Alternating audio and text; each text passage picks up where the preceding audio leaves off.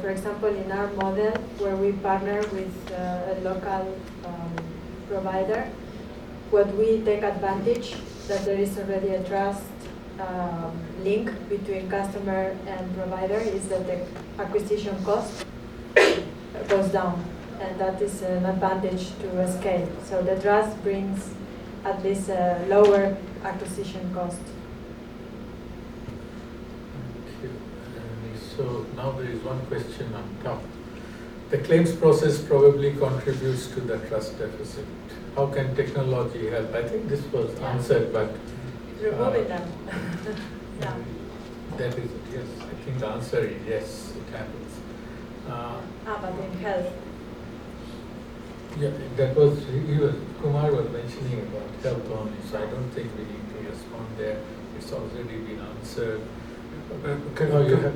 I just have one thought about this. It is actually the payment of, because Arup and I were at a small meeting with insurance regulators, and there's a lot of thought about claims, rightfully so. Look, for this product to be valuable to people, it needs to be paying claims. But the trust doesn't rely on any claims ever having been paid. I mean, if you think about your own insurance, do you know for an absolute fact, an absolute certainty, that the insurance company that you bought this policy from has ever paid a single claim against the type of policy you have? I mean, I certainly don't know it. I assume it to be the case. I don't know it.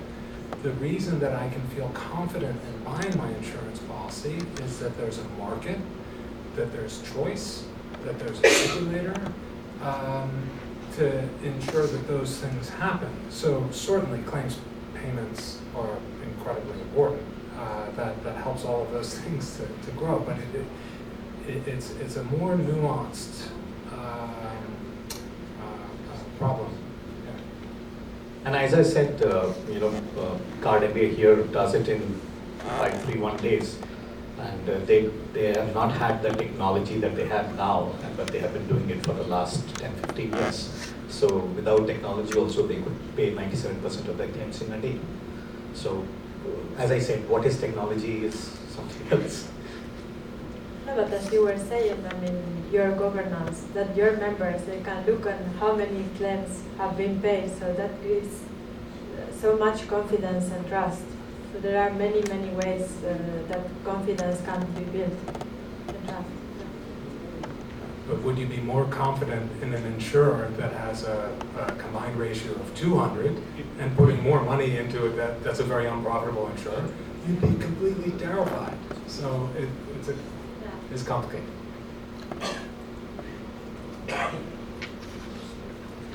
So,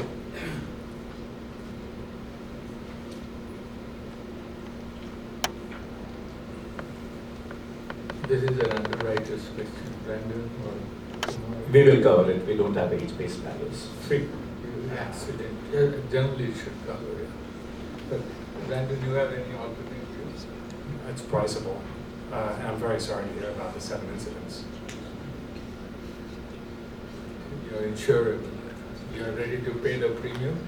Insurance companies will underwrite the claim. So the question should be whether there will be exclusions or not. But definitely they will underwrite. So I think we are almost, if we have to close on time, we are on our last 5 minutes. I'll come back to the panelists once again.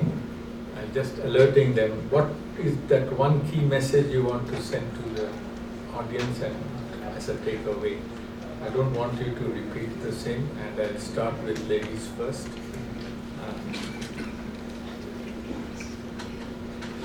Well, I think that the message I should pass is that technology can be really an enabler, and that we should not be afraid of adopting new technologies, of course, step by step, and trust by verify, but technology can, and you have seen it already, that it's definitely an enabler for good things to happen. So my message will be that, and and microinsurance and especially agriculture is a segment that is in need of a lot of sustainable innovation. Thank you, Brandon. Yeah, and insurance is incredibly impactful.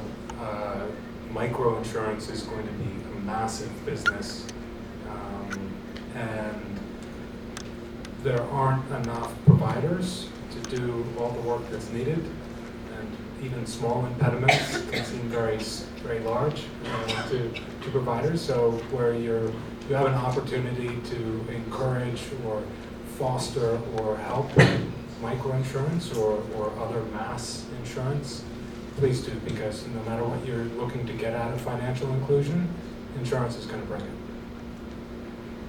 Kumar. I feel that insurance, I did say that it should be bundled with others, but insurance as a product, I think is going to be the next product, and the next model is going to be P2P, people insuring each other. It is possible, it is viable, it is profitable, it is viable. I know it's, as in, I think the base of large insurance companies are numbered. There will be, they will still be there, but I think the new markets will be captured by people who want to share risks. Okay, thank you. So you are already giving almost a very shocking news to insurers, and especially we hear that the FANGs will take over insurance. FANGs means Facebook, Amazon, and Google, yeah. So now you are saying that the technology, possibly those types of technology will really show the way for insurance to be done. P2P is also already gaining in acceptance in China. There are a lot of P2P insurance-like systems or organizations which have been recognized. That is perhaps the way to go. Increasingly, what we see is the governments are making the general public responsible for managing their risks because of fiscal constraints. That movement has already started, it's happening. Individuals have to take responsibility to manage their risk, be it health, be it education of children, be it old age, and things like that.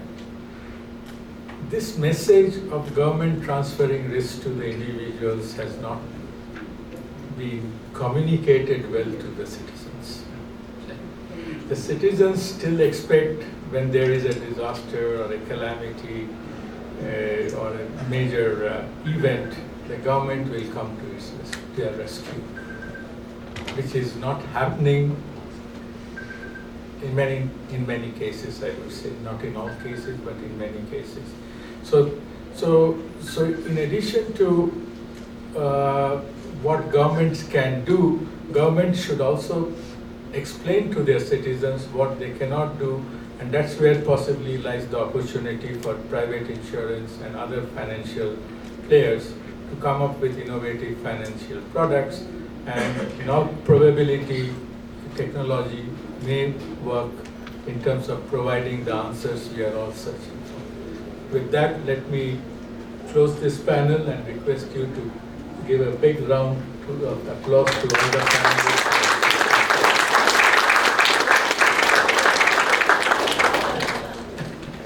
Thank you. Thank you.